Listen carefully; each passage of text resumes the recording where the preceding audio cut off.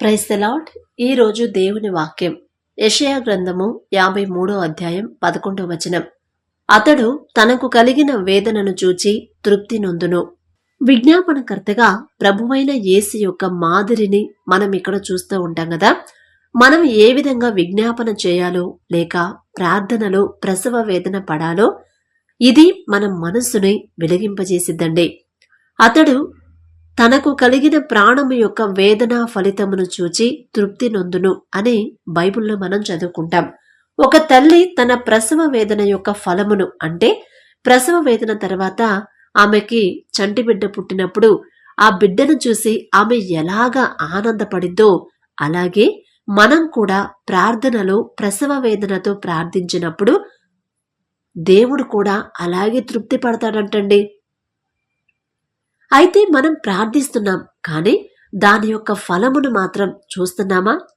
మన యొక్క ప్రార్థన జీవితంలో మనం తృప్తిని కనుగొనుచున్నామా? ఒకవేళ అలాగున లేని ఎడల మన ప్రార్థన విధానమును దాని పద్ధతిని మార్చుకొనుటకు ఇదే ఉత్కృష్ట సమయమై ఉన్నది. యేసు ప్రభు ఏ విధంగా ప్రార్థించారో ఒకసారి చూద్దామా? శరీరధారి అయ్యున్న దినములలో మహారోదనముతోనూ కన్నీళ్లతోనూ ప్రార్థనలను యాచనలను సమర్పించను అనే హెబ్రీయులకు రాసిన పత్రిక 5వ అధ్యాయంలో మనం చదువుకుంటాం. ప్రసవ వేదన పడుతున్న తల్లి దాని ఫలమును చూచి తృప్తి పొందుట మనం చూస్తాం కదా. అలాగే మనం కన్నీళ్లతో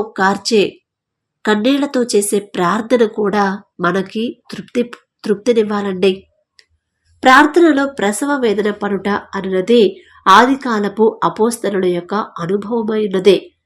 ఎపఫ్రా సంఘమయు కొరకు తన యొక్క ప్రార్థనలో ఎల్లప్పుడూ ఆసక్తితో పోరాడుచు ప్రయాసపడుచుండెను అని కొలసీయులకు 4వ అధ్యాయం కొలసీలకు రాసిన పత్రిక 4వ అధ్యాయంలో మనం చదువుకుంటాం. అయితే మనం ఎవరైతే మారాలని మనం ఆసక్తిగా ప్రార్థన చేస్తామో ఏ విషయం గురించి అయితే ఏ విషయమైనా ఇప్పుడు మన ఇంట్లో ఎవరికన్నా ఆరోగ్యం బాగకపోయినా మారు మనసు కోసమైనా ఆర్థిక సమస్యల కోసమైనా సరే మనం ఆసక్తితో ప్రార్థన చేస్తే ఖచ్చితంగా దేవుడు అది చేస్తాడండి. అయితే దానికి ముందుగా మనం దేవుని విషయంలో మన వాళ్ళ విషయంలో మనం ఎలా ఉన్నామో వాక్యానుసారం మనం జీవిస్తున్నామా లేదా? వాక్యం చదవడం ముఖ్యం కాదండి, వాక్య ప్రకారం నడవడం ముఖ్యం. వాక్యం ఎలా అయితే చెప్తుందో ఆ ప్రకారం మనం నడుచుకుంటున్నామా లేదా అన్నదే ఇక్కడ ముఖ్యమండి. అలా నడుచుకుంటా ఉంటే ఖచ్చితంగా దేవుడి సహాయం మనకు అందిద్దండి. ఇప్పుడు ఏలియా గారు ప్రార్థన చేస్తాడు. ఆసక్తితో ప్రార్థన చేస్తే 3.5 సంవత్సరాలు వర్షాలు పడలేదు కదా. మరలా ఆసక్తితో ప్రార్థన చేసినప్పుడు మరలా ఆకాశము మేఘము తన వర్షాన్ని ఇచ్చింది కదా. అలా మనం చేసే ప్రార్థన కన్నీళ్లతో రోదనతో యాచనలతో అలా ఉండాలండి. దేవుని దగ్గరే కదండి. మనుషుల దగ్గర మనకేదైనా అవసరమైతే ఆ అవసరం కోసం ఆర్థిక అవసరమైతే ఏ అవసరమైనా సరే అసలు మనుషుల దగ్గరికి వెళ్ళి ఎంత బతిమలాడతాం. ఈ ఒక్క సహాయం, ఒక్క 5,000 ఇవ్వండి ప్లీజ్, ఒక్క 5,000 నా కుటుంబాన్ని పోషించుకుంటాను సార్, పోనీ ఒక్క 1,000 రూపాయలన్నా ఇవ్వండి, నా బిడ్డలు నా భార్యని పోషించుకుంటానని ఎంత బ్రతిమలాడతామండి. ఎంత వినయంగా ఎంత తగ్గింపుతో అడుగుతాం. మరి అంత పెద్ద గొప్ప దేవుని దగ్గరకు వచ్చేసరికి ఏదో క్యాజువల్గా మాట్లాడేస్తాం కదండి.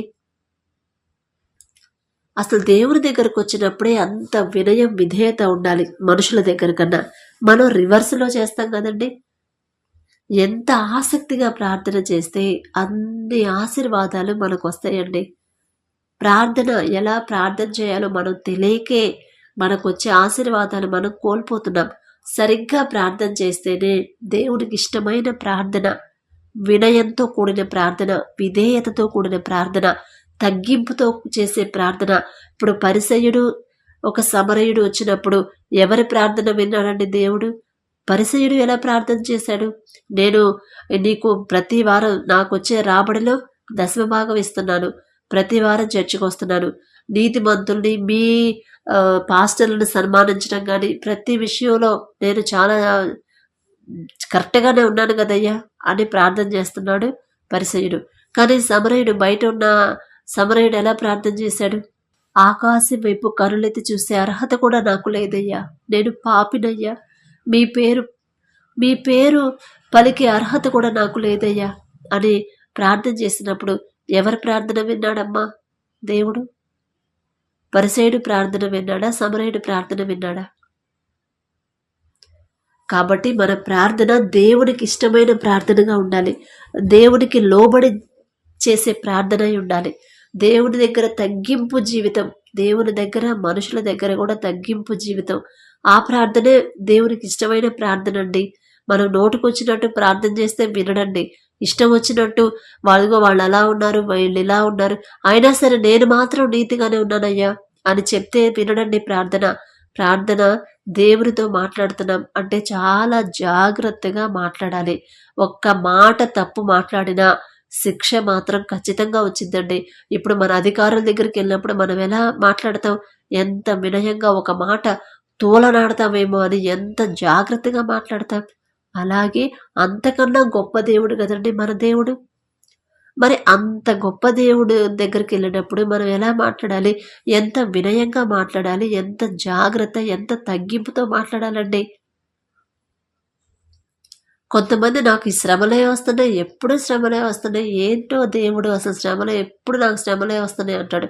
నా విషయంలో నాకుగా అయితే నాకు శ్రమలు వస్తేనే నాకు మేలండి. ఎందుకంటే నాకు ఎన్ని శ్రమలు వస్తే అంత దేవునికి దగ్గర అవుతాను. దేవుడికి దగ్గర అవ్వాలంటే నాకు శ్రమలే రావాలండి.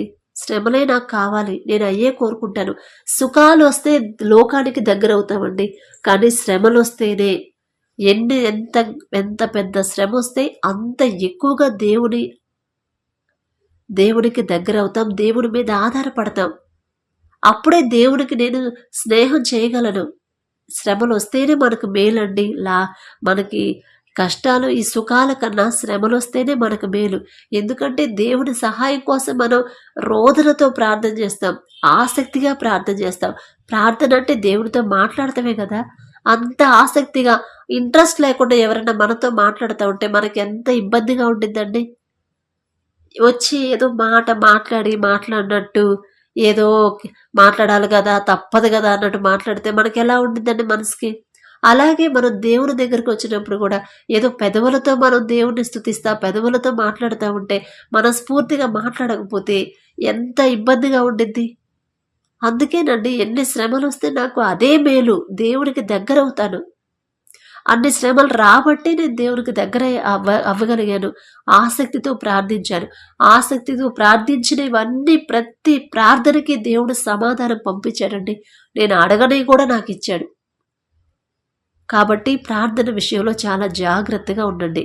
దేవుని దగ్గరకు వచ్చినప్పుడు లోకస్తులతో మాట్లాడినట్టు కాదండి, వణుకుచు. ఎవరైతే వణుకుతా ఉంటారో,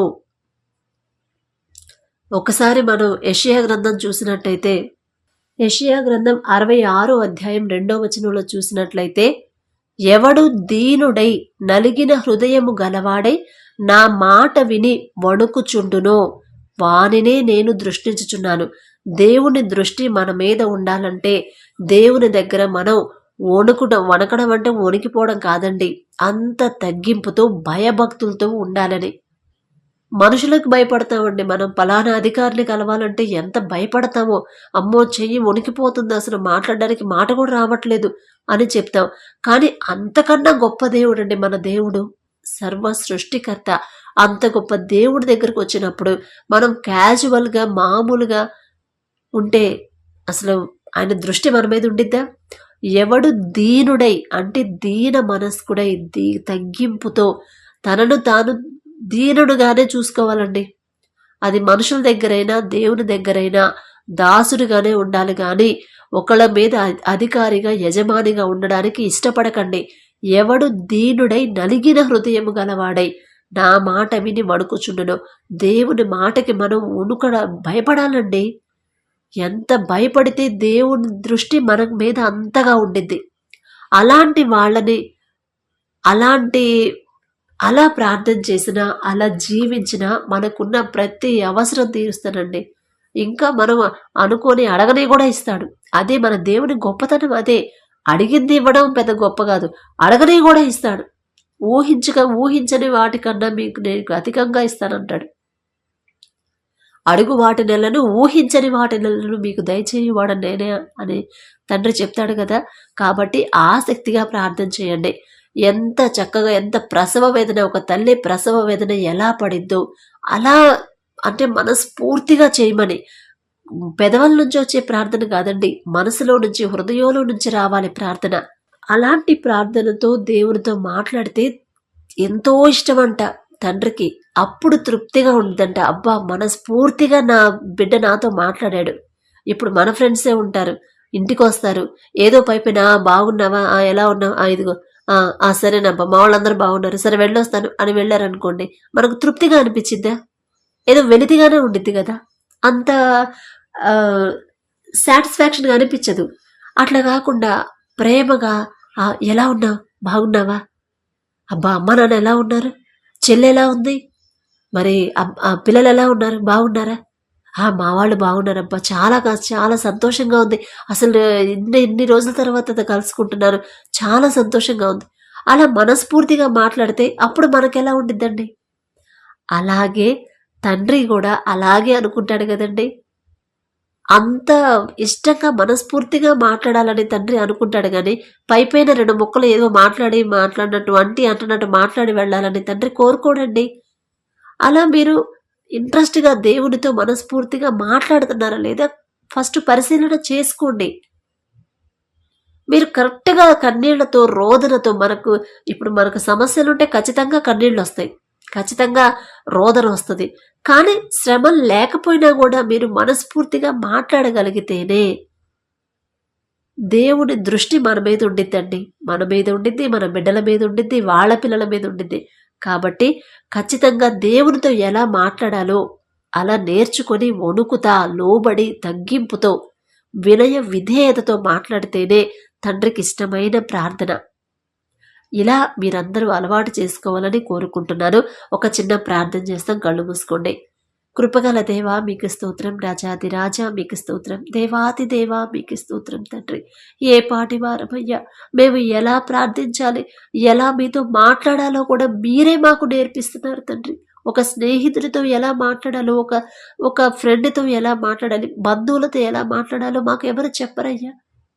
కానీ ఒక్కోసారి మా పేరెంట్స్ చెప్పొచ్చు, కానీ మీతో ఎలా మాట్లాడాలో ఇలా మాట్లాడండమ్మా నాతో, అప్పుడు నాకు ఇష్టంగా ఉండిద్ది, నేను తృప్తి పొందుతానమ్మా.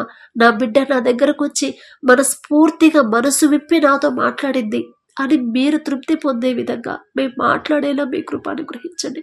ఏదో పైపైన ఇష్టం లేని వాళ్ళతో మేము మాట్లాడినట్టు మీతో మాట్లాడుతున్నామేమో, అందుకనే వాక్యం ద్వారా మీరు మాతో మాట్లాడారు. అలా కాకుండా తండ్రి, మనస్ఫూర్తిగా తండ్రి, ఇష్టంగా మీతో మాట్లాడేలా మీ కృప అనుగ్రహించండి తండ్రి. మీ దృష్టి మా మీద ఉండేలా, మీకు లోబడి దీన మనస్కులై ఉండులాగున మీ కృప అనుగ్రహించమని ఈ ప్రార్థన తండ్రి. ఎలా దీన మనసు కలిగి ఉండాలో, ఎలా తగ్గింపు జీవితం కలిగి ఉండాలో మీరే మాకు నేర్పించమని మిమ్మల్ని అడిగే అర్హత లేదయ్యా. అయినా మీరు తప్ప మాకెవరున్నారయ్యా ఇవన్నీ నేర్పించడానికి? మీరే మాకు నేర్పించే లోబడి మనుషుల దగ్గర, మీ దగ్గర తగ్గింపు జీవితం, తగ్గింపు ప్రవర్తన మాకు నేర్పించమని అడుగుచున్నాం తండ్రి. ఆమేన్.